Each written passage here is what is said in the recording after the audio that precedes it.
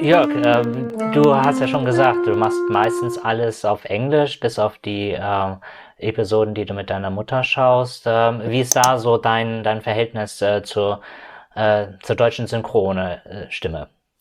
Ich glaube, was mich jahrelang, ich hätte Star Trek schon viel früher finden können. Ich habe als Kind ab und zu mal eine Folge von TOS geguckt und die deutsche Synchro fand ich irgendwie lustig, aber war nichts für mich. Also es gibt ja wirklich, ich sag nicht in einer Folge mal Scotty zu Spock, sie können mir den Buckel runterrutschen und mit der Zunge bremsen oder irgend sowas. Das waren so Dinge, die haben mich dann, weiß ich nicht. Also das wurde dann noch schlimmer, als ich TNG-Fan wurde, weil mein Kumpel Andy mich da drauf gebracht hat und ich dann TNG auf Deutsch synchronisiert natürlich nur kannte.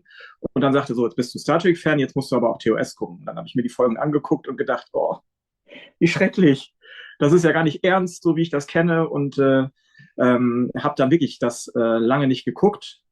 Als ich dann richtiger, also 1994 am 20. Oktober, als ich dann richtiger Fan wurde, dann habe ich natürlich alles geguckt und später konnte ich es auch auf Englisch gucken. Deswegen kann ich es auf Deutsch, also ich gucke es mir einmal auch mit meiner Mutter auf Deutsch an, weil die einzige von meinen Freunden ist, die von meinen Freunden, von den Leuten, mit denen ich Star Trek gucke, die kein Englisch spricht. Alle anderen, ich bin der einzige Englischlehrer oder der einzige, der irgendwie Englisch studiert hat unter uns. Die anderen haben es einfach alle mit Star Trek dann so gelernt. Und es ist vollkommen klar, dass wir alles, auch andere Sachen, dass wir die auf Englisch gucken. Ähm, ja, aber wie gesagt, ich finde es schwierig bei TNG, weil ich mit TNG einfach auf Deutsch groß geworden bin.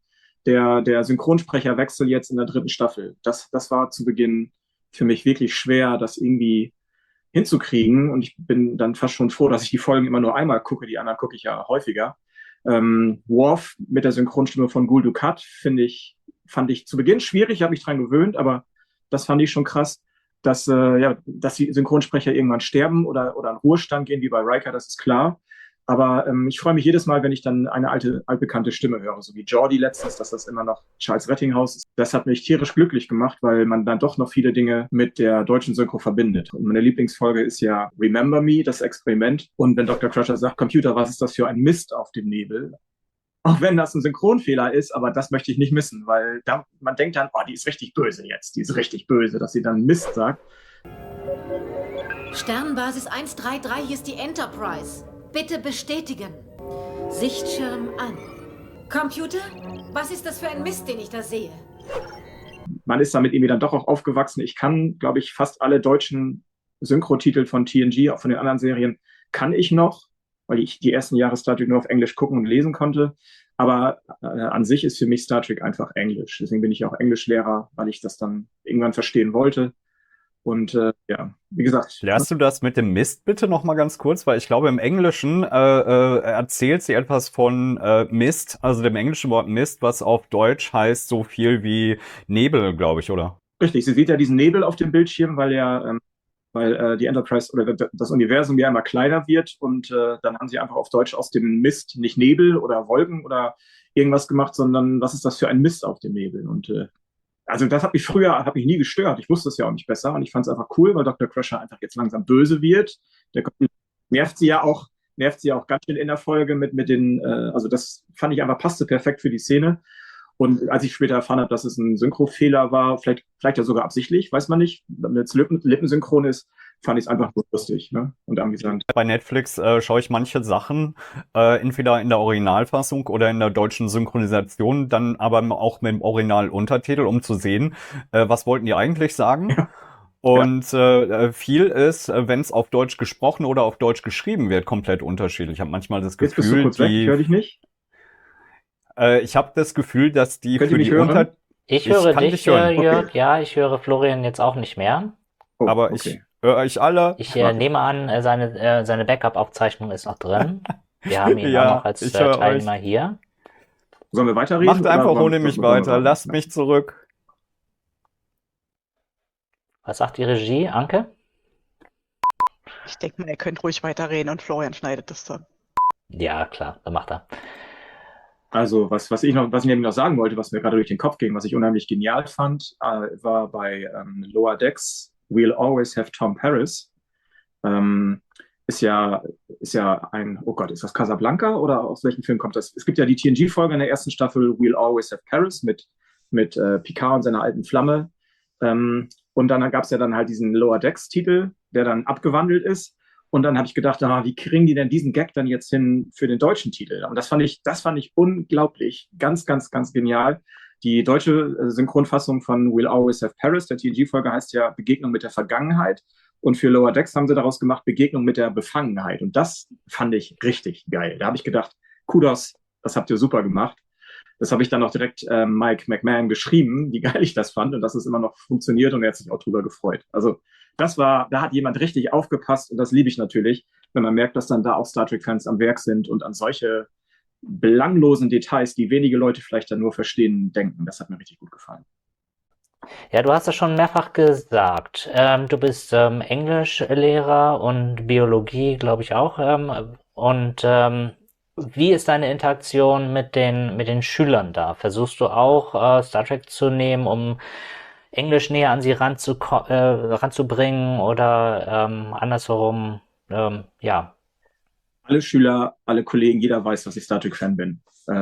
Und weil ich ständig im Unterricht verbrate, es fängt an, dass ich einfach sage im Englischunterricht, und diese Vokabel, die kenne ich nur, weil eine Star Trek-Folge so heißt. Deswegen habe ich die gelernt. In Biologie ist es genauso. Dann, wir haben letztens in der 13. Klasse Neurophysiologie durchgenommen und habe ich den Schülern auch so gesagt, und wenn ihr mehr Star Trek gucken würdet, dann wüsstet ihr etliche Sachen schon, wie eine Synapse funktioniert. Das habe ich nämlich damals als Schüler in Star Trek gelernt. Mein Bio-LK-Lehrer damals, der hat das nicht ganz so ernst genommen, wenn es dann um Neurotransmitter und solche Dinge ging und ich das schon wusste, weil ich es aus Star Trek-Folgen kannte.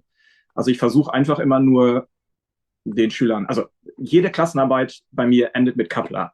Da steht Kapla unten drunter, unter der Arbeit jeder Vokabeltest. Das wissen die, wenn jemand Geburtstag hat, also bei den kleineren Kindern, jüngeren Schülern, ich unterrichte ja Jahrgang 5 bis 13, bei den großen nicht, sei denn die wollen das. Dann singe ich für die auf Klingonisch das Geburtstagslied For He's a Jolly Good Fellow.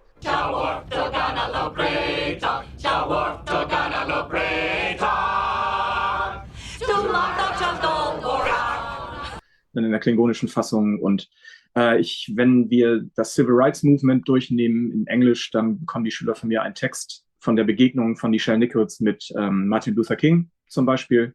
Wenn ich Evolution unterrichte und Zeit ist im Leistungskurs und wir auch kurz über Kreationismus sprechen und wenn wirklich Zeit ist vor den Ferien oder so, dann gucke ich mit denen jetzt fällt mir der Titel nicht ein. Jedenfalls, die schauen mir dann. Herkunft aus der Ferne im Deutschen. So heißt sie auf Deutsch, genau. Wie heißt die denn irgendwas mit D vorne? Nicht Displaced, sondern egal. Jedenfalls, die Folge gucken wir oder in Auszügen, weil man da ja eben sieht, wie die Doktrin dann eben vorschreibt, was die Wissenschaft dann letztendlich sagen darf. Und das finde ich natürlich fürchterlich. Und ich habe damals, als die Sachen versteigert worden sind, die Star Trek Requisiten und Kostüme, habe ich ja für verschiedene Seiten dann die jeweiligen 100 Artikel waren das, glaube ich, mir angeguckt. Und da waren oft Fehler drin bei den Beschreibungen, habe die dann entweder korrigiert oder weitere Auftritte zusammengesucht, sodass dann die Sammler, die das am Ende ersteigert haben, dann wussten, dieses Kostüm taucht nicht nur in der Folge auf, sondern auch in diesen anderen. Da waren die sehr dankbar für. Das hat mir einfach riesen Spaß gemacht. Und da war das so, dass dann einer dann sagte, okay, wenn demnächst irgendein Kostüm rauskommt, was dich interessiert, sag mir Bescheid, ich ersteigere das für dich und schicke dir das zu. Und da kam tatsächlich das Kostüm raus von der wie heißt jetzt noch, von der Kanzlerin, also von dieser Chefin der WOF sozusagen. Und da habe ich gesagt, das möchte ich haben. Das ist zwar mega obskur, aber das kann ich dann im Unterricht dann einsetzen. Und immer wenn ich die Folge zeige und wir die geguckt haben, dann gehe ich in die Sammlung und hole dann das Kostüm raus und zeige den Schülern, seid nicht wie diese Frau, sondern seid wie Professor Gegen. Stellt euch gegen solche Strömungen. Also es gibt immer mal Dinge, wo ich weiß, da kann ich jetzt wieder Star Trek einbauen. Aber meistens ist es so, dass ich dann immer ein paar Anekdoten erzähle oder dann irgendwelche Vokabeln so herleite. Und das Tollste ist einfach, ich bin angefangen mit 14, mit meinem Kumpel Andy, der war auch Star Trek-Fan, aber sonst kannte ich keinen, der Star Trek-Fan ist. Und jetzt 1994, fast 30 Jahre später, taucht mein Name in den Credits auf. Und das sage ich dann den Schülern. Lasst euch niemals von irgendjemandem sagen, dass euer Traum oder das, was ihr gut könnt oder das, was ihr gerne mögt, dass das unnütz oder unwichtig ist. Das musste ich mir schon von Erwachsenen anhören. Wieso spielst du denn nicht Fußball? Oder wieso machst du denn nicht dieses oder jenes? Raumschiff Entenscheiß oder ne, so scherzhaft natürlich dann. Oder auch, es gab auch Lehrer, die dann das eher so belächelt haben. Aber ich sage den Schülern, lasst euch von sowas nie entmutigen, wenn ihr einfach hart arbeitet und das, was ihr mögt, was euch glücklich macht, weitermacht und am Ball bleibt, dann kann das am Ende so ausgehen wie bei mir sozusagen. Dann arbeitet ihr an dem, was ihr am meisten liebt, offiziell dann mit oder das, was ihr denkt, am besten könnt, seid ihr professionell nachher in dem Beruf. Lasst euch niemals von irgendjemandem den Spaß verderben oder sagen, das bringt doch nichts, das ist doch nichts. So, und das ist, glaube ich, eine Botschaft, die ganz toll ist, wenn ich die so vermitteln kann. Und ich glaube, meine Schüler nehmen mir das auch ernst, weil ich einfach ja in jeglicher Hinsicht ständig mich mit Star Trek umgebe. Von daher ist das einfach das Coolste. Das Coolste überhaupt. Wirklich. Ja, also das kann ich auch nur unterschreiben. Also bei mir war das auch so, ich bin nach der 10. Klasse mit einer 4 aus dem Englischunterricht halt entlassen worden. Und in dem Moment, wo ich dann halt angefangen hatte mit Star Trek, mich da mit Englisch auseinanderzusetzen, und dann hatte man ja ein Wissen, wo man sich einfach wohlfühlte, und mit diesem Wissen im Hintergrund dann Artikel zu schreiben. Keine Ahnung, wir hatten im Englischunterricht irgendwie, ich habe eine Episode irgendwie dann beschreiben müssen. Wir hatten freies Thema, und dann habe ich halt auch Star Trek auswählen können, und das hat halt ähm, das war hinterher so gut. Der Englischlehrer hat gesagt, das hast du doch direkt aus dem Internet kopiert. Nee, es war halt einfach nicht. Es war halt einfach ein Thema, wo ich mich wohlfühlte und einfach besser wohlfühlte, Hm, als über irgendwelche abstrakten historischen Ereignisse aus dem Englischunterricht zu schreiben. richtig. Und ja, das bietet halt an der Stelle dann Star Trek an. Genau. Das Ja, war ein Hintergrundwissen, das man einfach ausnutzen kann und dann anwenden kann. Es ist ein wunderbares Tool, um halt ja, Sachen zu lernen.